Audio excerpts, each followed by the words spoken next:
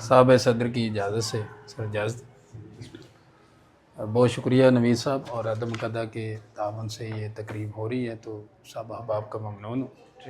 تو یہ ایک اچھی روایت ہے کہ کتابیں آئیں اور ان پر تقریبیں پذیرائی یا رونمائی رکھی جائے، تو میں اس کا حصہ ہوں، اس کے لیے مجھے بڑی خوشی ہے۔ میں نے جب اس کتاب کا مطالعہ شروع کیا تو شروع سے ہی میری جو ایک نظر پڑی ایک خاص نظریے پر، ایگزسٹینشلزم یعنی کہ وجودیت پر، تو میں نے پھر اسی تناظر میں اس نظم کو، اس پوری کتاب کو دیکھنا شروع کیا۔ تو جب میں دیکھتا گیا تو ایک اور فلسفیانہ مظہر وہ مظہریات ہی ہے، وہ بھی میرے سامنے آیا۔ تو پھر ان دونوں کی جو ہسرل کی ایک تھیری ہے، ایڈمنڈ ہسرل کی، اس کے تناظر میں نے 6 نظموں کا انتخاب کیا۔ میں نے کہا یہ کافی طویل ہو جائے گا اگر پوری کتاب پہ ڈسکس کیا جائے، تو ان 6 پر تو میں نہیں کر سکا کافی دنوں میں، لیکن 2 نظموں پہ پھر میں نے مضمون لکھا ہے، تو وہ میں پرنٹ لے کر آ گیا ہوں۔ تو اس پہ ہی میں پڑھ دیتا ہوں، چونکہ فلسفیانہ مضمون ہے تو اس کو لفظیات آگے پیچھے نہ ہو جائیں تو پڑھنا زیادہ مناسب رہے گا۔ میں نے اس کا نام بھی یہی رکھا تھا کہ نظمیہ مجموعہ ارتعاش وجودی مظہریاتی بیانیہ۔ میں نے کافی کوشش کی ہے کہ فلسفے کو تھوڑا سا نارملائز کیا جائے، آسان لفظوں میں بھی، کہ کہیں کوئی چیز آ جائے تو اس کی ذرا سمجھ آ جائے کہ یہ کیا بات ہو رہی ہے۔ ایگزسٹینشل فینومینالوجیکل نیریٹیو۔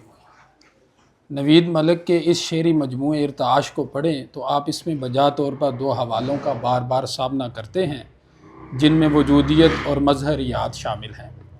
وجودی کرب ان کے ہاں بہت شدت سے ہے، جس کا اظہار انہوں نے خود بھی کیا ہے۔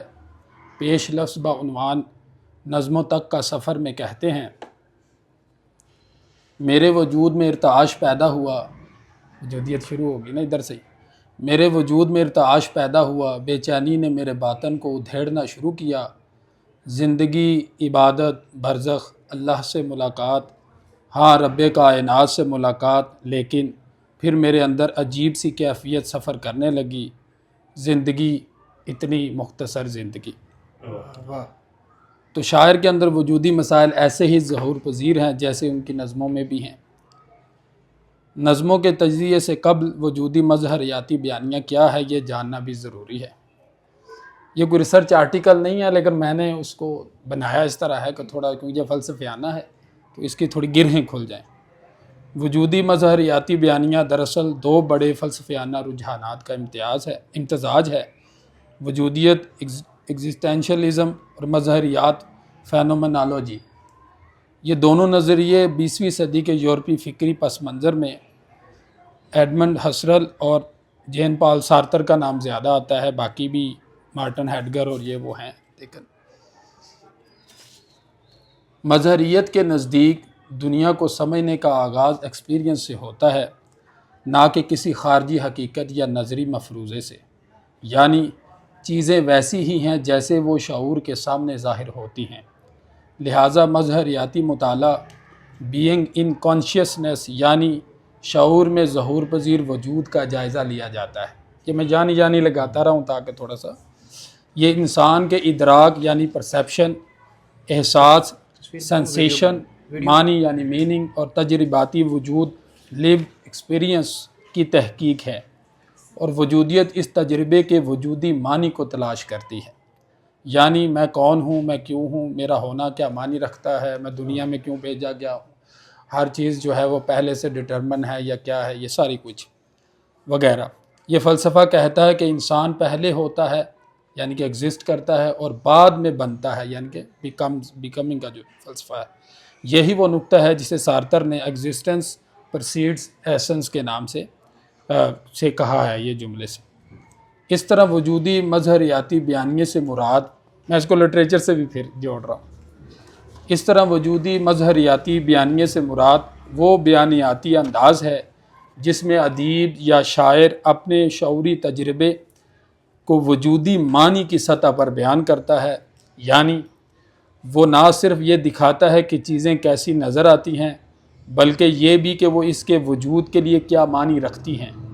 آسان لفظوں میں یہ وہ بیانیہ ہے جو انسانی شعور میں ظہور پذیر تجربے کو وجودی احساس، داخلی کرب، معنوی جستجو اور خودی کے ادراک کے طور پر بیان کرتا ہے۔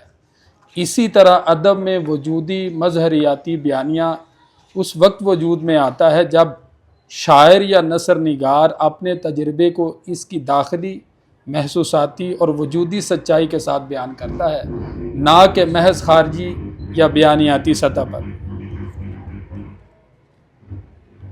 نوید مالک کی نظم ہونے سے پہلے بھی ایک شاعر کی شعری واردات سے ملاقات اور سمجھوتے کی طرف اشارہ۔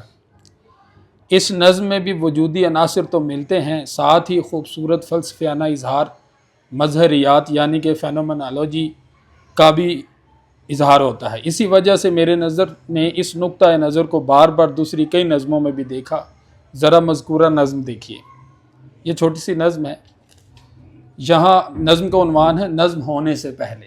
یہ کیفیت ہے، تقریباً دنیا میں کوئی ایسا شخص نہیں ہے کچھ بھی کرتا ہو تو وہ کرنے سے پہلے کچھ خاص اس کے ذہن میں چل رہا ہوتا ہے۔ یہاں ہر شخص کے ہونٹوں پر اپنے نام کی تشہیر اگتی ہے، میرے بنجر لبوں پر رائگانی دھول اوڑے، زندگی کی کوکھ میں عزم سفر کا بیج بوتی ہے۔ مجھے لکھنا نہیں آتا مگر لفظوں کے گالوں پر جو تارے جھلملاتے ہیں، میں ان کی روشنی میں آگہی کا چہرہ پڑھتا ہوں۔ واہ واہ واہ مجھے نظموں کا ماتھا چومنے، سطروں کی گرہیں کھولنے واہ واہ کا اذن ہو مالک، میرے جذبات کی خوشبو کو اب اس حبس کے زندان سے آزاد کر دے۔ واہ۔ نظم ہونے سے پہلے صفحہ 22۔ اچھا، اس نظم میں شاعر اس لمحے کا بیان کرتا ہے جب تخلیق ابھی وجود میں نہیں آئی، مگر اس کا احساس، جلن اور اضطراب شاعر کے شعور میں پوری شدت سے موجود ہے۔ یہ نظم اس وجودی لمحے کا مرقع ہے جہاں شاعر اور کلام دونوں ایک باطنی وحدت میں ضم ہوتے دکھائی دیتے ہیں۔ یہ کیفیت خاموش مگر متحرک ہے، غیر بیانیہ مگر معنوی طور پر بھرپور ہے۔ یہ وہ لمحہ ہے جب شعور اور لاشعور کے درمیان ایک وجودی مکالمہ برپا ہوتا ہے اور تخلیق ابھی وجود میں آنے سے ذرا پہلے ہے۔ ایسے سمجھے جیسے بچے کی پیدائش ہونے سے پہلے کی کیفیت۔ نظم کی بنیادی کشمکش کہنے اور نہ کہہ سکنے کے درمیان ہے۔ شاعر اعتراف کرتا ہے مجھے لکھنا نہیں آتا، مگر اسی جملے میں تخلیق کا جوہر موجود ہے۔ یہ جملہ عدم اظہار سے نہیں بلکہ اظہار کی جستجو سے جنم لیتا ہے۔ واہ واہ واہ۔ شاعر کا نہ لکھ سکنا دراصل اس کی تخلیقی تکلیف اور پری پوئٹک کانشیسنس، سر لفظ دیکھیے، پری پوئٹک کانشیسنس کی نشانی ہے۔ شاعر کا نہ لکھ سکنا دراصل اس کی تخلیقی تکلیف اور پری پوئٹک کانشیسنس کی نشانی ہے۔ یہی وہ لمحہ ہے جب شاعر اور شعر میں فرق مٹنے لگتا ہے۔ اپنے نام کی تشہیر، یہ جو انہوں نے ترکیب استعمال کی، اپنے نام کی تشہیر جدید انسان کی خود نمائی، نرگسیت اور وجودی بحران کی علامت ہے۔ میرے بنجر لبوں پر رائگانی دھول اوڑے، یہ تصویر بنجر تخلیق یا خاموش وجود کی علامت ہے جس میں کہنے کی خواہش تو ہے مگر اظہار کا زرخیز پن نہیں۔ زندگی کی کوکھ میں عزم سفر کا بیج، تخلیق کا وہ لمحہ ہے جو ابھی پیدا نہیں ہوا مگر وجود کی آگوش میں سانس لے رہا ہے، کہ وہ چیز سامنے نہیں آئی لیکن شاعر کے ذہن میں موجود ہے۔ آگے کہتے ہیں لفظوں کے گالوں پر جھلملاتے تارے، ایک نادر بصری استعارہ ہے۔ شاعر لفظوں کو جاندار وجود مانتا ہے جن پر روشنی اور معنویت جھلملاتی ہے۔ یہ نظم دراصل کلام کی پیدائش پر ایک مابعد طبیعیاتی مراقبہ ہے۔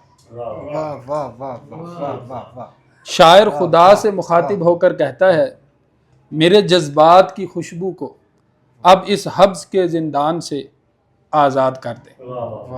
یہ التجا اس کے باطن کی نجات کی طلب ہے۔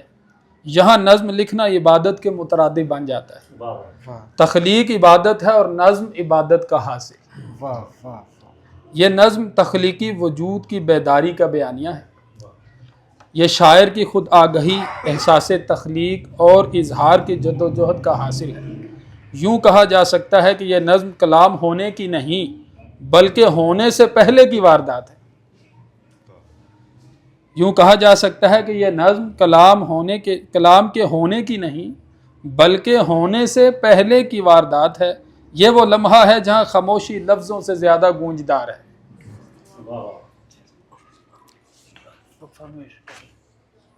نظم کے پہلے دو مصرے دیکھیے۔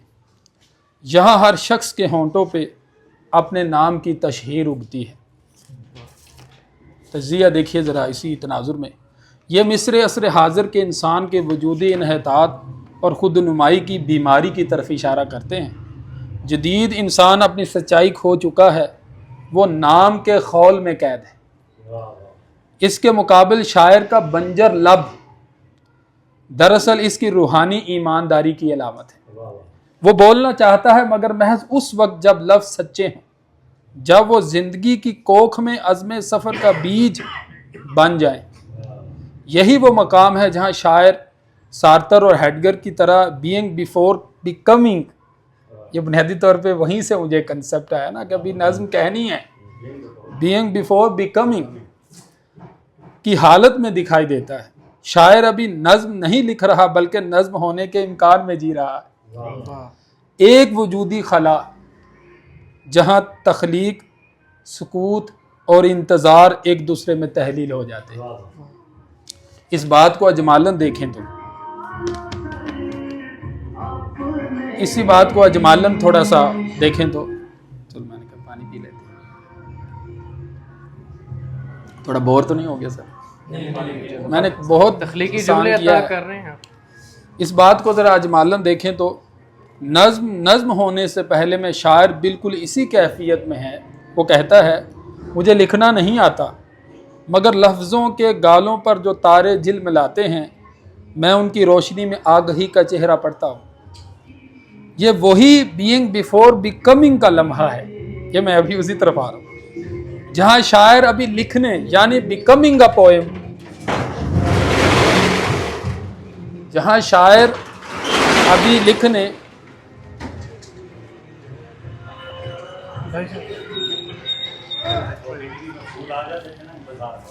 نہیں آپ کو یہ یہاں سے جو نوائز ہے جو ہے جی وہ کینسل ہو گیا، یہ ہیں بھی یہ تھوڑی سی آئی بھی تھوڑی سی آئے گی۔ نہیں ہمیں کوئی اعتراض نہیں، ہم تو ریکارڈنگ کے بھی خلاف تھے۔ یہ وہی بینگ بیفور بیکمنگ کا لمحہ ہے جہاں شاعر ابھی لکھنے یعنی بیکمنگ اے پوئم کے مرحلے میں نہیں پہنچا بلکہ ہونے یعنی being aware of the inner experience کے شعوری لمحے میں ہے۔ یہی وہ خام یعنی ماقبل حسیاتی تجربہ ہے جو بعد میں فنی اظہار نظم بن جاتا ہے۔ جو خیال ذہن میں نے اس کے لیے خام ذرا استعمال کیا ہے لیکن میں نے یعنی لگا کے اس کو کور کر لیا ہے۔ وجودیت کے مطابق انسان اپنے معنی خود پیدا کرتا ہے مگر اس سے پہلے وہ ایک خلا، نارسائی اور امکان کی کیفیت سے گزرتا ہے۔ یہی کیفیت اس نظم میں مرکزی تجربہ ہے۔ یہ نظم تخلیق، آزادی اور اظہار کا وجودی بیانیہ ہے، جہاں نظم کے آخری حصے میں شاعر کی آواز ایک دعائیہ اور مکاشفاتی رنگ اختیار کرتی ہے۔ دیکھیے میرے جذبات کی خوشبو کو اب اس حبس کے زندان سے آزاد کر دے۔ یہ دراصل وجودی آزادی، ایگزسٹینشل فریڈم کی اپیل ہے۔ یہاں حبس صرف خارجی قید نہیں بلکہ شعور کی جکڑن ہے۔ یہ ہم سے زیادہ کوئی نہیں سمجھتا اس چیز کو اس معاشرے میں کہ یہاں حبس صرف خارجی قید نہیں بلکہ شعور کی جکڑن ہے۔ شاعر چاہتا ہے کہ اس کا اندر آزاد ہو تاکہ تخلیق ممکن ہو سکے۔ یہ تجربہ سارتر کی فریڈم ایز اے ریسپانسبلٹی کی تعبیر سے جڑا ہوا ہے کہ انسان اپنی آزادی سے خود معنی تخلیق کرتا ہے اور وہ تخلیق خود میں ہی عبادت کا درجہ اختیار کر جاتی ہے۔ وہ اسی کو کہتا ہے نا پھر آپ کے ہونے کا مقصد۔ یہ نظم فکر اور احساس دونوں کو ایک ہی فینومنالوجیکل تجربے میں بدل دیتی ہے۔ نظم کے کلیدی اجزاء دیکھیے۔ نام کی تشہیر، جو وہ اجزاء ہیں ان کے آگے میں ان کا فینومنالوجیکل تفہیم بھی بتا رہا ہوں۔ نام کی تشہیر، سماجی وجود کا تضاد، بنجر لب تخلیقی خاموشی، لفظوں کے گالوں پر تارے، شعور میں معنی کا ظہور، حبس کا زندان، وجود کی قید اور آزادی کی طلب، یہ سب اجزاء مل کر تخلیق نظم سے پہلے کے انسان کا چہرہ بناتے ہیں۔ ایک ایسا انسان جو بھی اظہاریے سے پہلے ہے مگر معنی کے دھانے پر کھڑا ہے۔ واہ واہ معنی کے دھانے، نظم ہونے سے پہلے دراصل انسان کے تخلیقی شعور کی فینومنالوجی ہے۔ یہ اس کیفیت کو ظاہر کرتی ہے جب انسان معنی کے ظہور سے ذرا پہلے کے لمحے میں کھڑا ہوتا ہے، جہاں خاموشی بھی بولتی ہے اور لفظ ابھی جنم لینے والے ہیں۔ جب انسان معنی کے ظہور سے ذرا پہلے کے لمحے میں کھڑا ہوتا ہے، جہاں خاموشی بھی بولتی ہے اور لفظ ابھی جنم لینے والے ہیں، یہ نظم ہمیں یہ سکھلاتی ہے کہ شاعر ہونے سے پہلے انسان ہونا ضروری ہے اور نظم ہونے سے پہلے تجربہ ہونا ضروری ہے۔ واہ واہ واہ واہ واہ، یہی وجودی مظہریت یعنی ایگزسٹینشل فینومنالوجی کا لب لباب ہے کہ فن لفظ اور معنی نہیں بلکہ وجود کا ظہور ہے۔ یہ میں نے ایک نظم کا پیش کیا ہے، اجازت دیں تو دوسرے کی بھی پیش کر دیتا ہوں۔ ہاں کافی جی ٹھیک ہے، بہت شکریہ۔ بہت شکریہ، اتنا کثیف ہے۔ جی جی بہت شکریہ۔ میں نے جی جی جی جی نوید بھائی، آپ کی اور اس سے موافقت سے اور رویش صاحب ڈاکٹر صاحب کی اجازت سے نا اس کو ہم شائع کر لیں گے۔ جی جی شائع کریں آپ اس پہ کافی دن لگے ہیں اور سب سے ہم کاپی لے کے اپنے فورم پر اس کو شائع کریں سارا، اس میں ہمارا بلکہ گروپ پہ ہے، اس میں بھی ہم اس کو شامل کر لیں گے۔ جی بہت شکریہ۔